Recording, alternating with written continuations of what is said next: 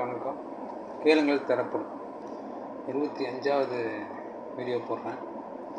நம்மளோட நோக்கமே இந்தியாவில் மட்டுமில்லை, உலகத்தில் எங்கேயுமே ஏழைகள் இருக்கக்கூடாது. அதுக்கு ஆயத்தொழில் நான் செஞ்சிட்ருக்கிறேன். அது விரைவில் நம்ம வீடியோவில் நீங்கள் பார்க்கலாம். அதே மாதிரி வருங்காலத்தில் வாலிப பசங்கள்லாம் தன்னுடைய சம்பளத்தில் 10% இப்போ இருந்தே எடுத்து வச்சிட்டாங்கன்னா வருங்காலத்தில் வறுமையிலேருந்து அவங்க மீளலாம், வறுமைக்கு உட்படாமல் இருக்கலாம். ஆண்டவர் கடவுளை தவிர வேறு யாரையும் நம்பாதுங்க. மனிதர்கள் எல்லாருமே ஏமாற்றுக்காரர்கள், பொய்க்காரர்கள், பித்தலாட்டக்காரர்கள், எல்லாருமே ஏமாற்றுவாங்க. அதனால் மனிதர்கள் யாரையுமே நம்பாதீங்க. தேனொழுக பேசுகிறவங்க, இனிமையாக பேசுகிறவங்க எல்லாருமே பாவிகள் தான். யாரையும் நம்புங்க. உங்களை நீங்கள் நம்புங்க, கடவுளை நம்புங்க. 3 நாள் முடிஞ்சு வந்தீங்களா, அதை எடுத்து செய்யுங்க. அதான் நம்ம கடவுள் செய்கிற பிரதிபலம். நன்றி.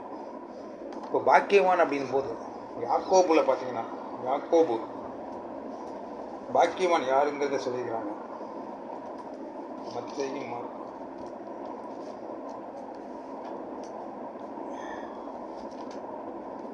யாக்கோபு எழுதின பொதுவான நிறுவனத்தில் பார்த்தீங்கன்னா பாக்கியவான் யார் அப்படிங்கிறத சொல்லிக்கிறாங்க.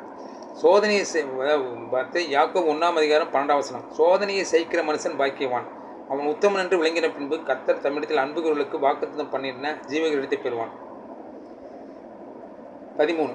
சோதிக்கப்படுகிற எவனும் நான் தேவனால் சோதிக்கப்படும் என்று சொல்லாதிருப்பானாக. தேவன் பொல்லாங்கினால் சோதிக்கப்படுகிறவல்ல, ஒருவனையும் அவர் சோதிக்கிறவரும் இல்லை. அதாவது சோதிக்க கடவுள் தான் நம்ம சோதிக்காமல் சொல்லக்கூடாதாமா. ஏன்னா கடவுள் என்றைக்குமே பொல்லாங்கினால் போதிக்கப்படவும் இல்லை, ஒருவனையும் ஒரு சோதிக்கிறவரும் அல்ல அப்படிங்கிறாங்க. அவனவன் தன் சுயேட்சையினால் இழுக்கப்பட்டு சிக்கென்று சோதிக்கப்படுகிறான். சுயேட்சையால் தான். பின்பு இச்சையானது கர்ப்பம் தெரித்து பாவத்தை பிறப்பிக்கும், பாவம் பூர்ணமும் போது மரணத்தை பிறப்பிக்கும், பாவம் முழுசடையும் போது மரணத்தை பிறப்பிக்குமாமா. என் பிரியமான சகோதரரை மோசம் போகாதிருங்கள், பிரியமான சகோதரரை மோசம் போகாதிருங்கள். புரிஞ்சுட்டிங்களா? அதாவது ஒவ்வொரு சந்ததி போகும். இந்த சந்தையில் நான் இருக்கிறேன், இன்னொரு சந்தை இன்னொருத்தருவாங்க, ஒவ்வொருத்தரும் ஒவ்வொன்று சொல்லுவாங்க.